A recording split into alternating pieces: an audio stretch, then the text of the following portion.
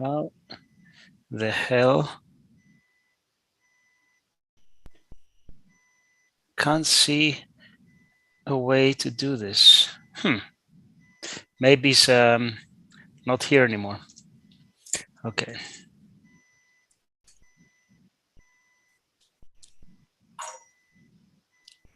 What? Okay, this done out.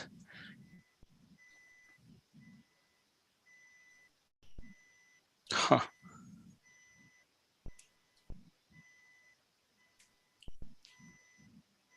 Is there still a problem with the chat? Yes. Bloody hell. Yeah, it looks like it.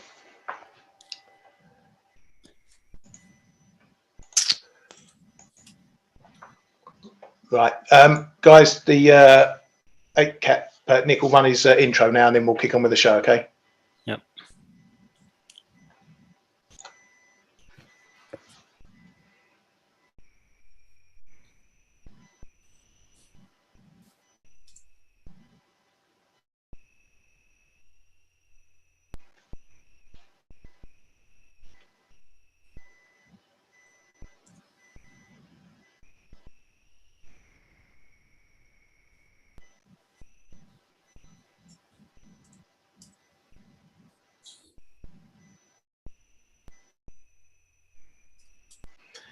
Good morning, everyone. Welcome to the Flow Show. A new week kicks off, and here we go again with the trading.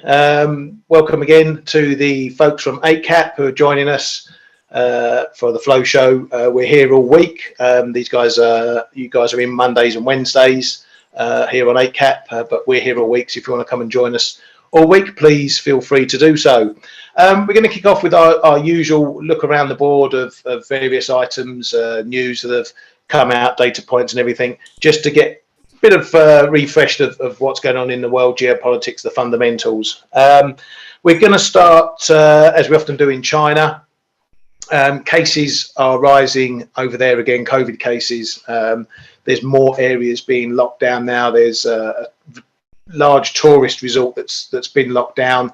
No one allowed to go there, and some hotels and venues are putting people through tests, and if they've not had first-person contact with COVID people, they're being sent home with full refunds. Others are going to be locked down where they stay.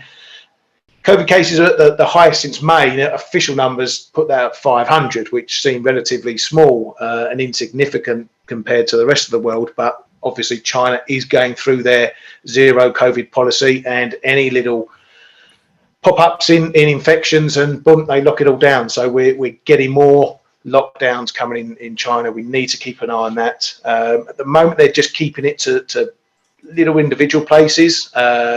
So we're not getting huge wholesale, not the whole of, say, Shanghai shutting down, but they're keeping the populous areas closed in certain areas. We need to watch to see if that spreads.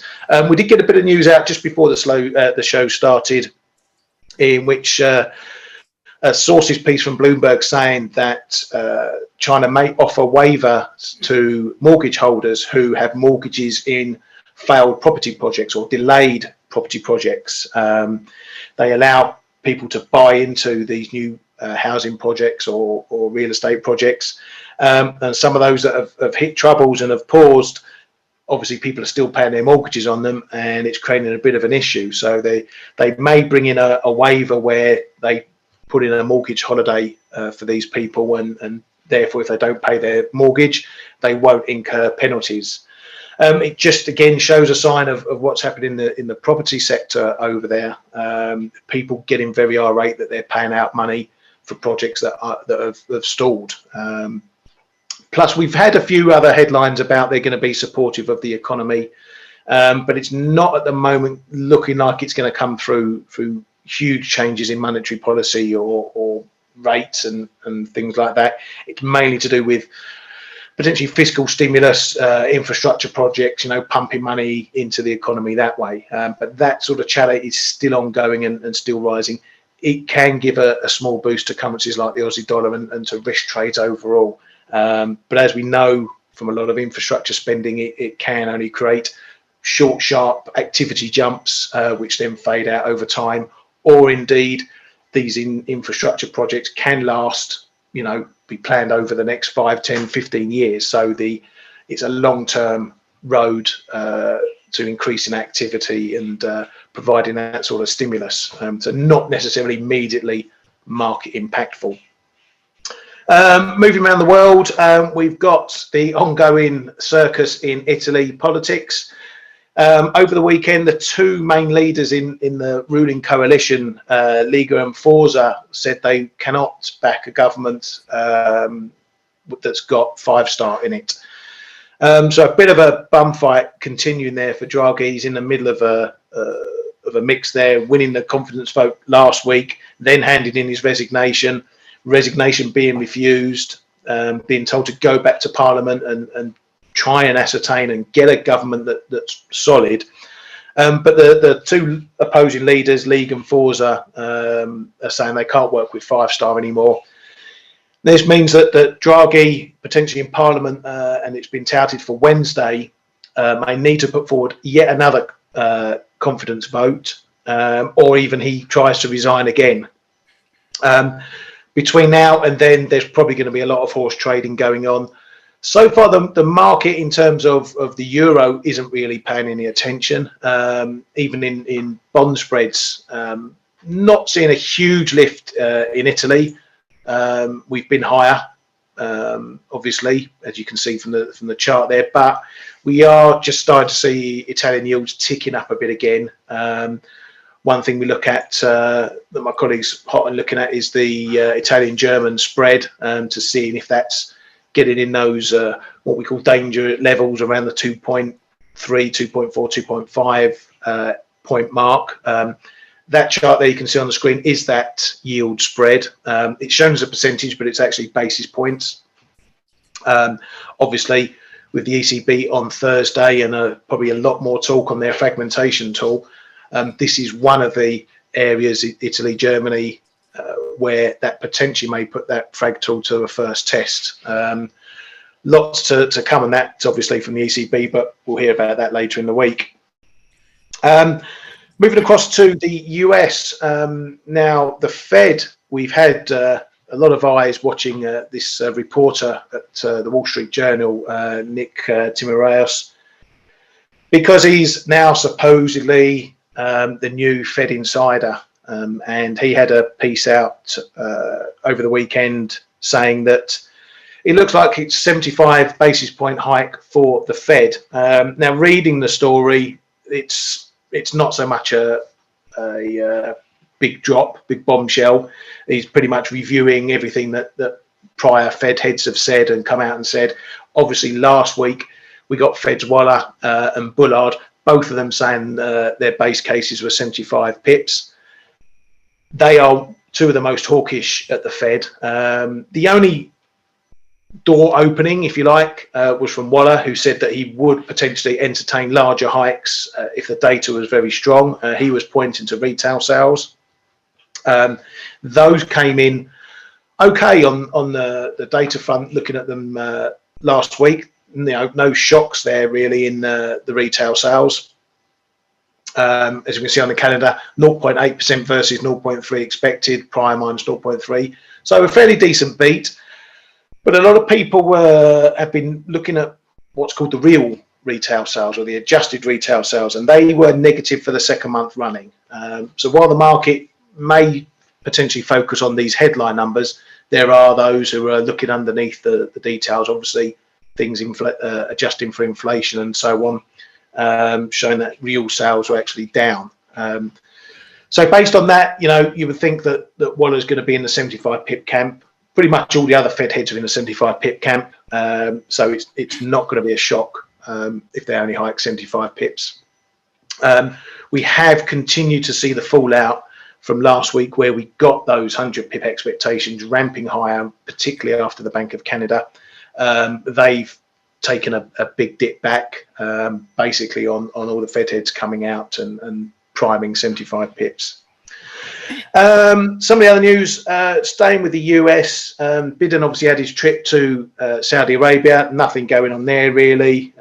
Lots of fist bumps and handshakes and big talk, but nothing really coming out of it.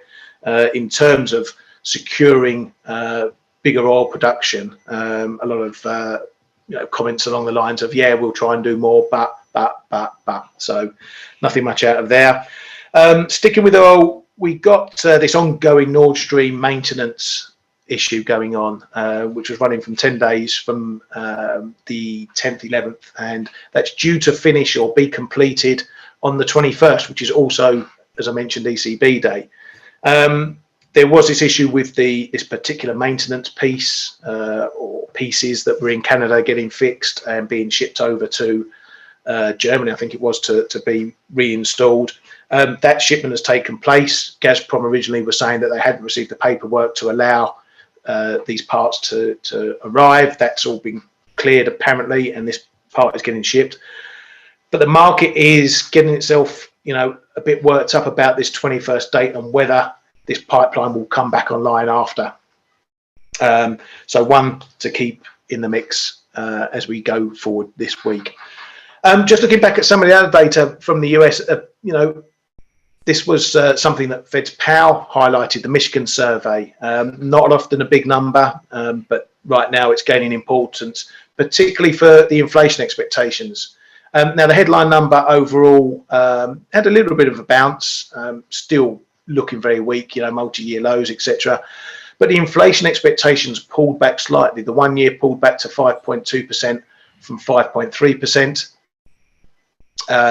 The longer term 5 year inflation's pulled back to 2.8% from 3.1%. So a bit more of a pullback there in the inflation numbers, which again took some of the heat out of the 100 pip calls because the Fed will want to see inflation expectations coming down so that consumers don't start changing their spending habits based on what they think inflation may be.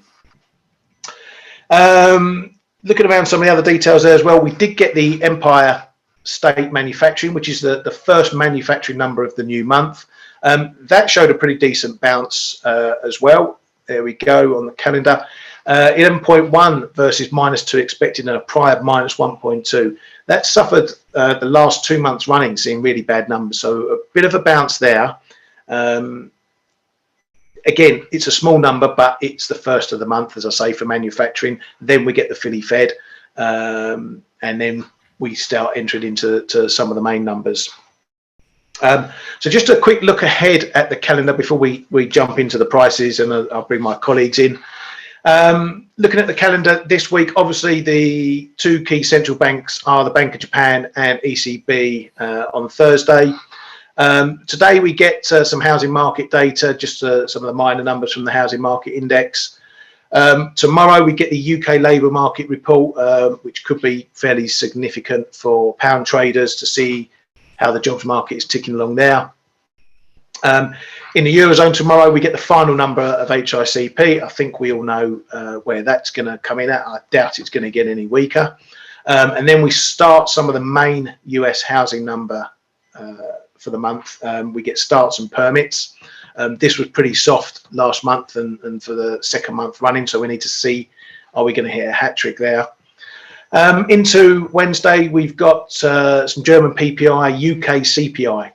Big pressure for the Bank of England, that one, to see what comes from that number. Are we going to see the shooting into 10% or higher in CPI there? Again, very unlikely that this one comes in softer. It will be a shock if it does come in softer.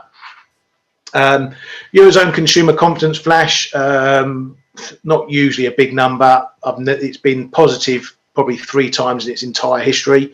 So it's just going to be a case of how much will it suck this time around. Then we get existing home sales for the US. Moving into Thursday, as I mentioned, we get the 2 big central bank meetings.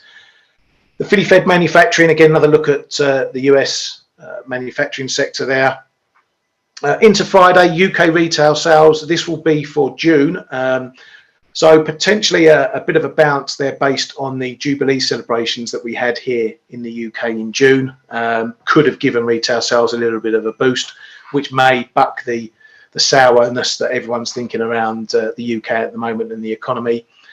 Then we get the flash numbers starting in the PMIs for the Eurozone and others on Friday as well. Not a lot for the rest of the calendar day in Friday, that's it. We get the PMI flash from market, S&P Global on Friday from the US as well. So I hope that's covered a lot of the events that's going on. And sorry, good morning to Kay and Stel, sailing nicely in the Hello, everybody. How you guys doing? All right? Yeah, very well, good, thank you. Very You're well. keeping cool, Kay. You're keeping cool in this weather, sitting there with your feet in a cold bucket of water. Actually, Southwest England in the evenings, we have a pretty cool breeze, so it freshens quite a bit in the evenings, even though it's warm during the days. But now it's everything's good, man. Yeah, cool. Yeah, I was down the beach yesterday evening. Seems to be the best time to go down, about 6 o'clock, just as the heat comes off, a nice cooling swim. Just for all our Forex Analytics folks watching on Zoom, just a reminder, it seems there's still issues with the chat function. We are monitoring the Q&A section, so you can put your questions in there if you want to ask everything. Apparently it's due to an update in Zoom last week, so please make sure you've got the latest version of Zoom, or I'm not sure how you activate it via the Zoom app or web app or via the web browser, but please check your settings to make sure you are on the live version.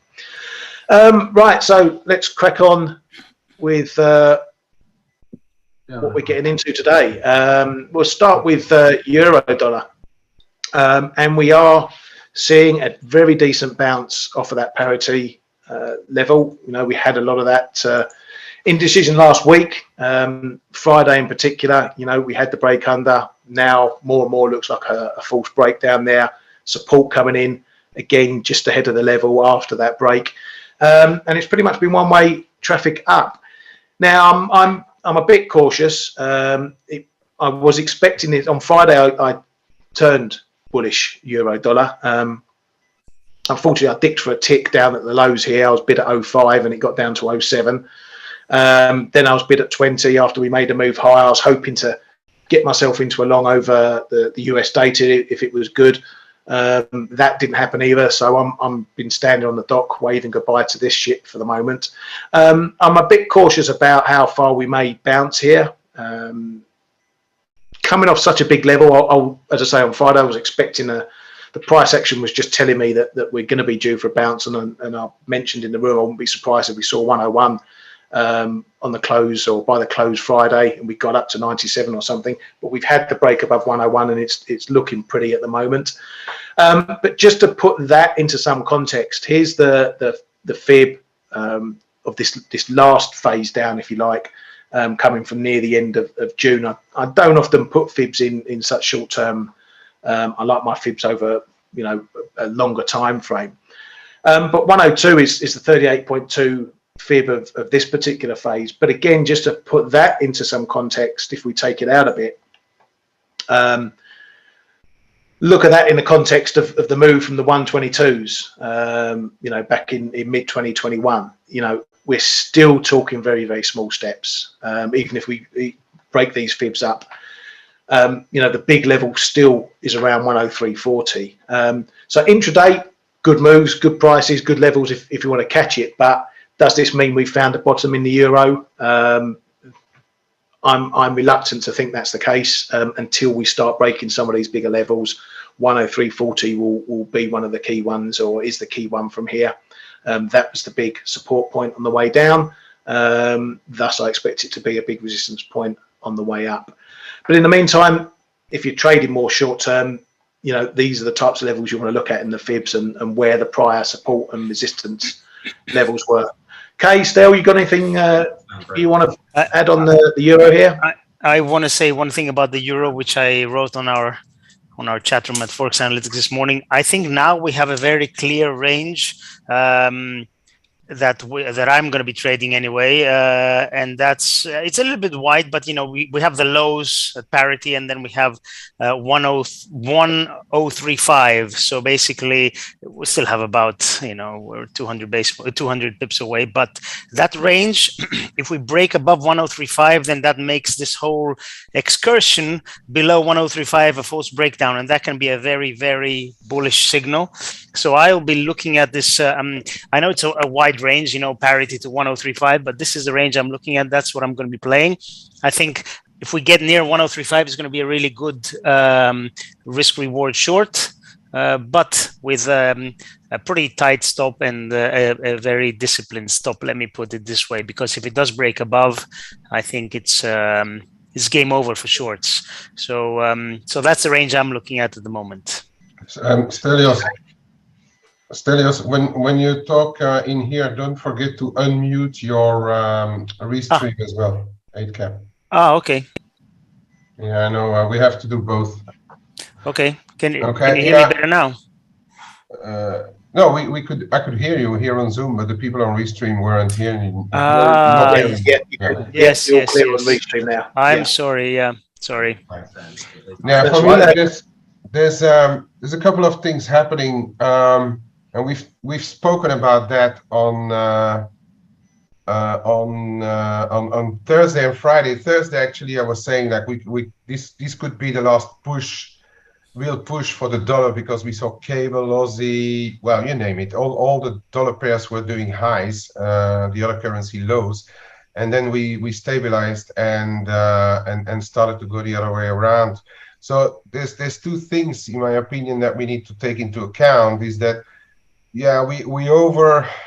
overblown the Fed expectations, going from 75 to 100 BPs, but that seemed to have been the last push for now, which I tend to agree with, that we are going to have to wait a little bit, in my opinion, to see what's really going to happen. And then you have, for the euro in particular, since we are looking at that, the euro in particular, the Nordstream thing. Now I'm just seeing that the turbine that Canada has been sent was supposed to be only a replacement part meant for use in September. So I don't know whether that's going to have take away a little bit of the hopium, but for the time being anyway, the dollar is correcting, at least, let's put it that way. And the euro is getting a little bit of hope from this Nordstream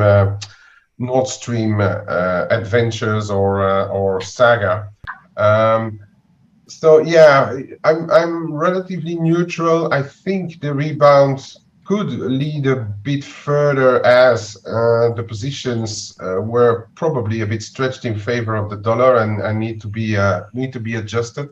So I wouldn't be surprised if we see 102s or so, and then we'll move in the second part of the week, where we have this combined ECB Nordstream decision on both, or possible decision on both. And if the ECB does 25, I don't think it's going to send the correct signal. If we get negative news then on Nord Stream, that could really send the euro back down into the dungeon. And so I'm going to be really watching the second half of the week, what is going to happen for the euro in general. We could have the opposite, obviously, and that ECB finally sees the light and does 50, and the Nord Stream gets back up, and then I think euro could be trading a good few big figures higher. So for me, the second part of the week is going to be the important part. I agree, and I want to point something else out. We are. How should I put it? There is a potential but big binary event that could happen any day, and that's some kind of a ceasefire with Ukraine. So we have to be aware of that, even if the details are not, let's say, good or are not so constructive. If there is any kind of ceasefire, the euro is going to explode higher, and probably risk assets as well. So you have to remember that this is something that could happen on any day, and that's going to move things quite a bit. So we could get the double whammy of good news from the Russian front, and the ECB finally realizing that 25 base point hikes are not going to do anything for this inflation situation. And Yeah.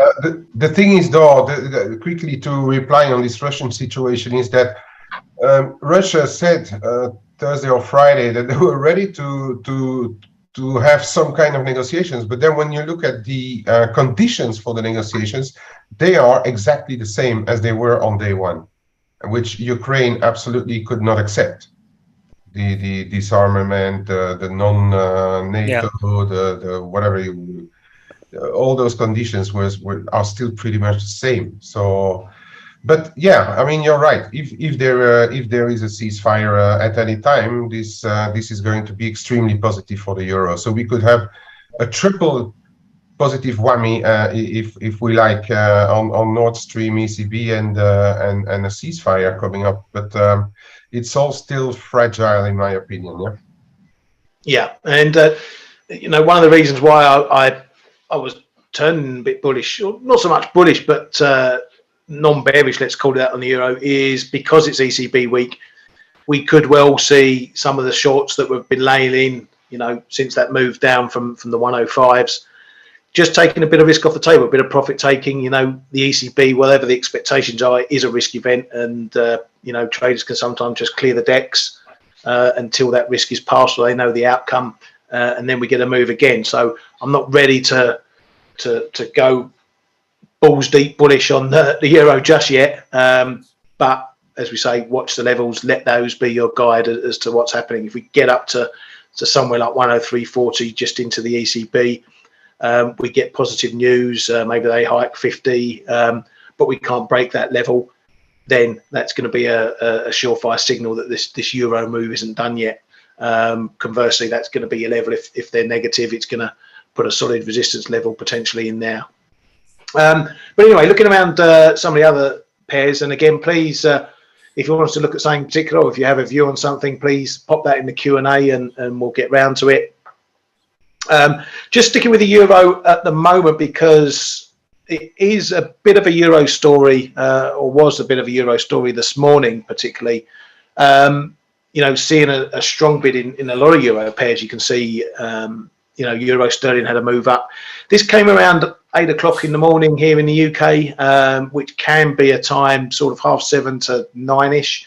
Can be a time where you see the models cranking in for the morning, and you see a bid programs or buy programs going through in certain currencies. So it did look a bit modelish, or as we like to call it, the 8 a.m. man this morning. That's back down. I've been watching this zone in euro sterling. As you may be aware, on the way down, we came down to this zone. I did try and log into that zone and got stopped out. I completely missed this move here. Don't ask me why, but we're back mooching around this 84.80, 85 zone. We can't hold a break above it at the moment. A bit of sideways action, a bit more indecision. Again, this is going to be one, if the ECB disappoint on Thursday, this potentially is heading much lower, because that puts the ball now into the Bank of England's court in terms of hiking rates. They potentially are going to go 50 at the next meeting. That's a higher expectation there. So again, the policy divergence would open up wide or wider, and that could put further pressure on euro sterling. Obviously, if the opposite happens and the ECB are hawkish, and the Bank of England only go 25, that gives some scope for further upside for euro sterling. Obviously, playing in the middle, if the ECB go 50 and the Bank of England go 50, it's net zero, if you like. The ECB may take the lead here in terms of the size of the central bank and the amount of countries they look after, may just edge euro sterling to the upside, but in real terms, it's a zero-sum game. So I wouldn't expect euro sterling to do an awful lot. Kay, you've been looking at euro yen a lot here. You got some thoughts on that? And I've been Yeah, I mean, do you want me to grab the screen for a while? Yeah, go ahead, mate. Let me knock it off. Let me.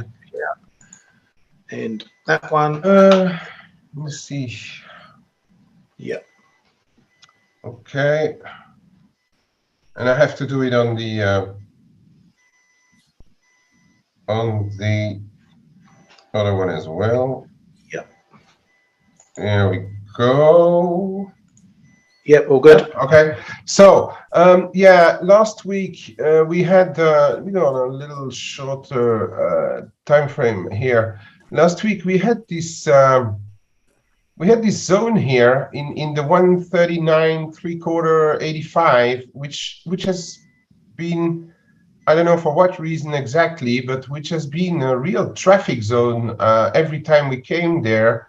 Tops, bottoms, bottom, here again, trying, and then finally this morning, and I think this was helped by the global um, feel better environment, and also the euro yen, since we've done the 137, has been gradually trying to crawl up. So this morning I tried along on that one, and it's holding in this little zone, which resisted up to now and up to the end of last week, and it's it's not even meant to be like a longer term or medium term position, but I found just this level being broken quite interesting this morning, on the back of a bit of hopium for the Nord Stream situation on the one hand, and on the other hand, when we look around the commodity sphere, we have again, like copper is higher, most of the commodities are higher, gold, silver, gas is higher, um, and that should weigh in theory a little bit on the yen. We had our short play on the dollar yen at the end of last week, on the heightened warnings that we got from by the MOF people, in calling for that they noticed or they have seen speculative moves. So we had a big figure move down on the dollar yen on the back of it. I covered that this morning, because I mean, if it's only staying at a warning stage for what is going around in the rest of the spectrum, yen spectrum, with higher commodities again, interest rates elsewhere not really going down anymore, it should weigh a little bit on the end. So I was playing off that level. It's really a short term play. I think if we can get through this 140.60, there is a chance of a revisit in the 141. So as usual, I bought it ahead. I've already scaled back a little bit, so I've put my stop for the time being around at 139.65. I should put it perhaps under 60, but I'll see what happens later. But it's already a free trade, because I've been trading this around. This is exactly what we are trying to do. If we're doing shorter term trades, try to get into a kind of a free trade, or diminish your risk as soon as possible. It's not exactly the same on medium or longer term trades, because we do a lot more of scaling in, and the risk levels are further away. But on the short term trade anyway, I always try to get my risk down or close to zero as soon as I can, which is happened already right now. Yeah, so I was saying on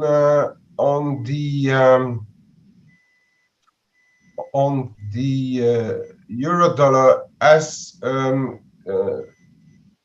Stelios also mentioned, this is the 103.40.50, the last break, where we violently broke below. So this is the level that Stelios is watching, exactly there, which is the breakdown level. But sorry about that. I think in the meantime, we have to look at and respect on the shorter term. We have to respect the 102.05.15. I think there's another one here around 102.75 before we can talk about those levels. It's been a positive this morning that we have broken above 101.20.30. This 101.20 was the previous rebound high. So that's a bit of a positive for euro bulls or people having a long euro position. I'd watch that one on a close of a day. If we get back below 100.80.90, it might be already over. But in the current context, I wouldn't be surprised, as I said, if euro bounces a little bit more. On the cable, I think we're in this. We've been building on this downside wedge. We haven't really tested the low, but there was like a bit of an extension around here as well in the 117s. And now we are back on the first resistance zone here, 119.75, I'd say. And then watch this this descending trend line comes in at around 120.20. And I would say above there, it's probably going to be a little more here. 120, 123.75. I think the bigger breakdown here was this 121.55, 55.65 that I had been watching for a long time as well. So watch this this zone if ever we would get there, but that's still 180 points, 180 points from here. First of all, we have to clear 120.20 to talk about a larger rebound. A lot of it is dollar driven this morning. The stretched dollar positions, more people calling about a slowdown starting to appear, but then it didn't really appear in the numbers. I think it's more like we had this final push at the end of mid last week on the dollar. Positions got a bit stretched, and now we are correcting or stabilizing a bit. Moving on to another one is I don't know if there's really a lot of interesting levels on the short term in the dollar yen. I would say 137.25, 137. Sorry, the figure, and then we're starting to look at a bit of a double layer here around one. That's already in the 135s. 135 low mid 135s to low 135, but I want to have a look at the metals as I'm usually doing. Gold is it's trying to hold. We haven't so far seen those 16, 70, 80 lows, but the rebound is not as spectacular as one would expect on a market that would like to sell dollars. So we are on our first resistance here. And as I was already saying many times, to me, it really should start to move back above 1750s and ideally through 1770, 75 to really get more optimistic on gold. We're in an interesting zone here on silver. I think it's already positive that we are back into this longer term triangle. But then zooming in, I think I'm a little bit positive again. As I said, we are back above the lower trend line. We're back, and now we're back testing some resistance here around 1895.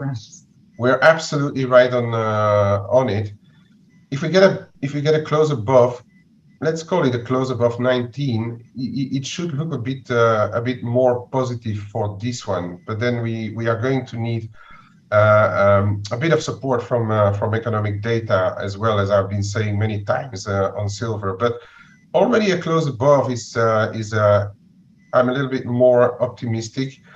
As people know, in our room, I've been buying around. Well, I've been buying on the way down and then selling back on the way up when I'm got some profit. So I'm having a pretty decent average now on my add-ons longs, but I'm still not completely full whack long in silver. I think it could be a bit early unless we get back above 1935.40, then I'm going to get a lot more optimistic on it.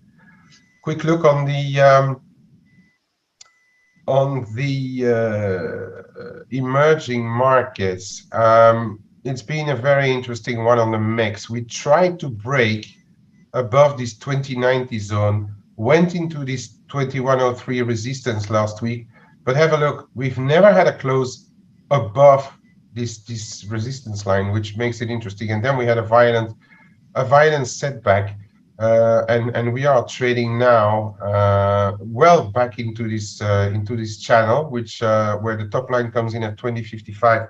I might give it a go there. Try a short again if we get back up there.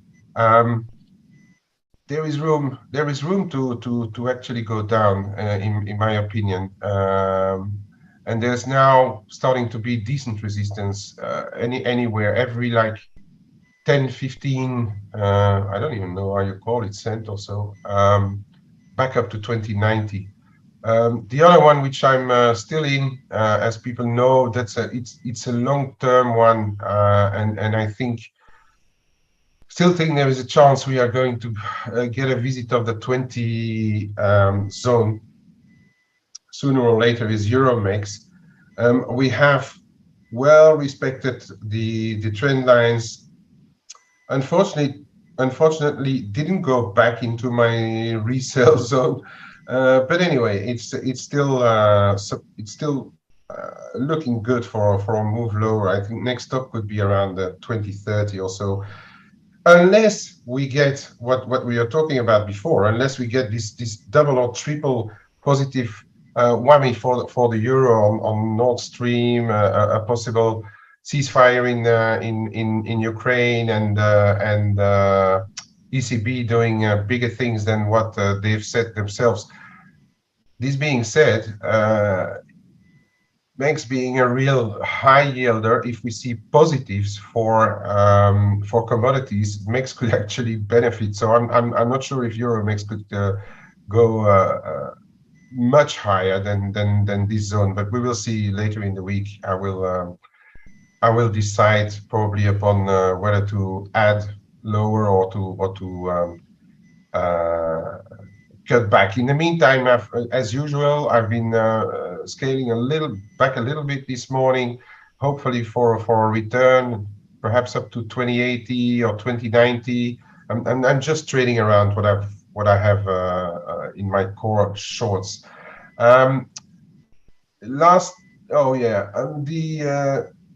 The S&P 500, we are, I'm respecting this trend line and then this upper one, and in the meantime, we have seen a very good rebound on positive vibes in the market, and the market probably being short. Once we've broken above the 38.25, we made a quick move up here. I think there's going to be some interesting resistance coming up anywhere between 39.20 and 39.30.40, up to this 39.5. This is going to be an interesting zone in the immediate neighborhood. If we crack that, we could have a look at the 4K again, which is going to be a psychological level. But it's all a bit conditional right now. Positive vibes to start the week, so there is a possibility that we have a look or a crack even of this level and go for 4K. But will it last? I'm more in a rangy kind of feeling than really we have seen the top of the dollar and we go the other way around and all assets are going to fly again. I think it's too early to make this kind of or to come to this kind of conclusion. And with that, I pass it back to you, Ryan. Thank you very much. Let's see. So let's grab that first. And that second. There we go. Yeah, thanks very much for that, the K-Meister. Just one pair I want to look at. I've just been knocked out on a trailing stop in $1. I've been playing longs off this area down here in the 660s and a half, just because it's been a pretty decent support area. Made me work hard for it. I've been waiting for this move here, this sideways action to break. We got a break last week. I knocked a bit off. The highest I've knocked off is 6.7750, but we have once again found a bit of a top up here, around 678.79. Did have a little nudge through again. You know, we've seen these overshoots now in a lot of pairs: euro, dollar in parity, cable below 118, etc., etc. This looks like another overshoot here. I was looking at potentially reversing to a short, but I didn't. I thought we might be getting a break up here, get going on the news in China. But for now, I've just been stopped on my trailer on the longs from down here, so I'm going to go back to neutral, see what develops between these edges here. If we get another move up here, maybe look towards trying to short potentially with a reverse if we do see a decent break.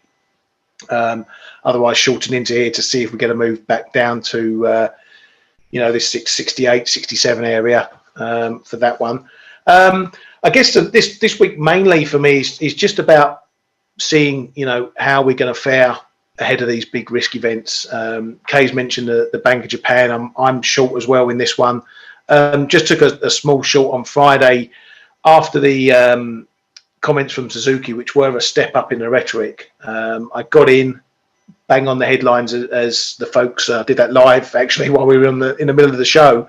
And I tossed that out because 5 minutes had passed, 10 minutes had passed, and there was no further follow through. So I took a 7-pip loss on the short there. But then I had the itch, so I jumped back in pretty much the same level, and I'm still in the short there. I've cut some from the 70s that I got in down at 09. Got my trailer just 15 pips behind my entry at the moment. So I'll give a few back if it does get stopped. But if we get under 137 and we've had a move down to sort of some of this prior resistance point, we've had a move down there, and that's where support is showing up. So again, on the short term, these are the sort of levels I'm going to be looking at to see, are we going to ping pong between a range?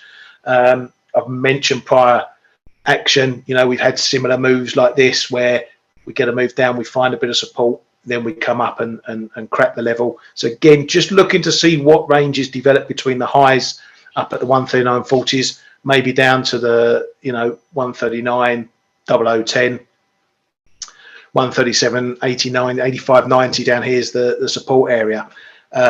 Crack below that, then we start looking at the smaller areas. But overall, just like I mentioned with euro dollar, the trend really hasn't changed at all. We get these minor pullbacks, and while they don't go too far, it's refreshing the trend really, and gives it a reason to carry on up. So really, it's just for me, the start of the week is just seeing what develops. I don't want to chase things like euro dollar, and I think that's important for traders who, we had all this action down here. It was big. We've been focused on it all week. Huge price action going on down here.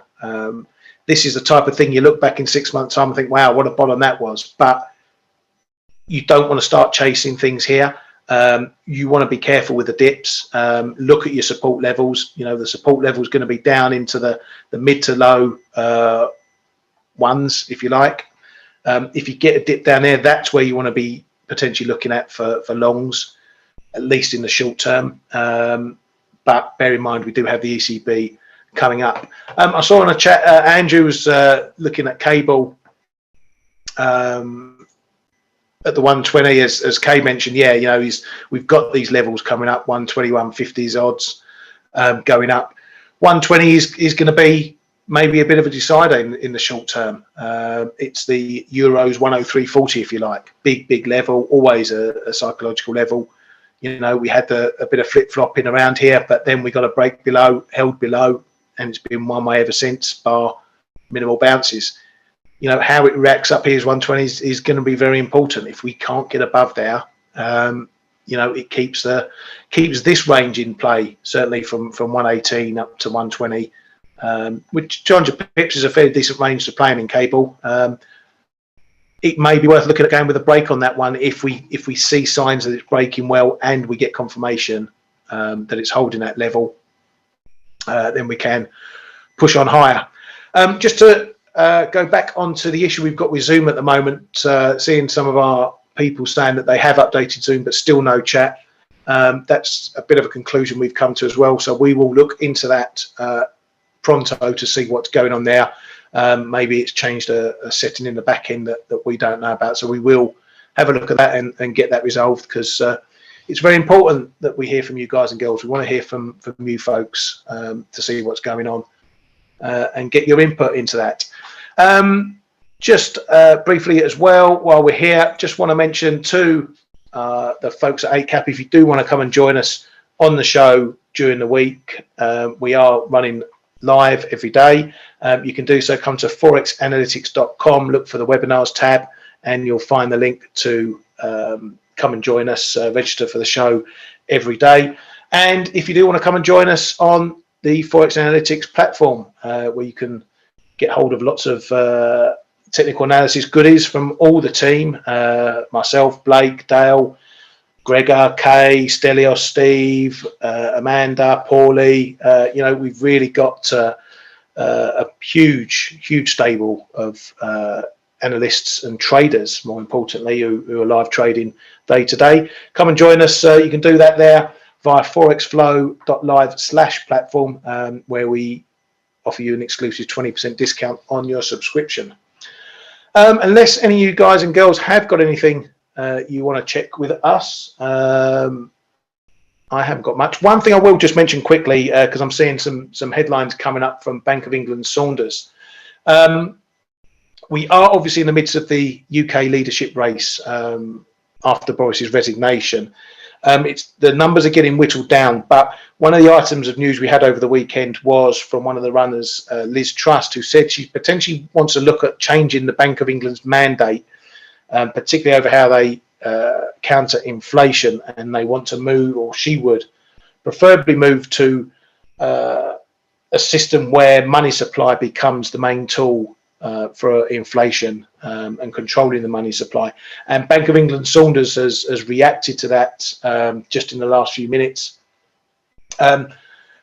basically saying that the foundations of UK monetary policy framework are best left untouched, and that it's important that the Bank of England remains independent, and that the government does not set the direction of travel for monetary policy. So a bit of a pushback there against that comment from Liz Truss, one of the runners. It's potentially could get a bit messy, but because if Bank of England are now going to start reacting to everything that one of these contenders says, even though they may not become leader, it may start to put some pressure on the pound if the news is negative, or if some of these other runners start coming out with other comments that potentially upset the balance of what the Bank of England can do. It may be taken on a sour note by the market in terms of meddling. The Bank of England is pretty independent, and the market respects that as well. But anyway, we shall leave it there for this morning. Thank you to Kay and Stelios for joining us, and for the folks at 8cap. For the rest of you guys, we will look into this issue with the Zoom problem, get that fixed as soon as possible. Apart from that, I wish you a very prosperous week ahead. Stay cool if you're in the UK and Europe amid the heat wave, and we shall see you tomorrow. Thank you very much. Have a great week all.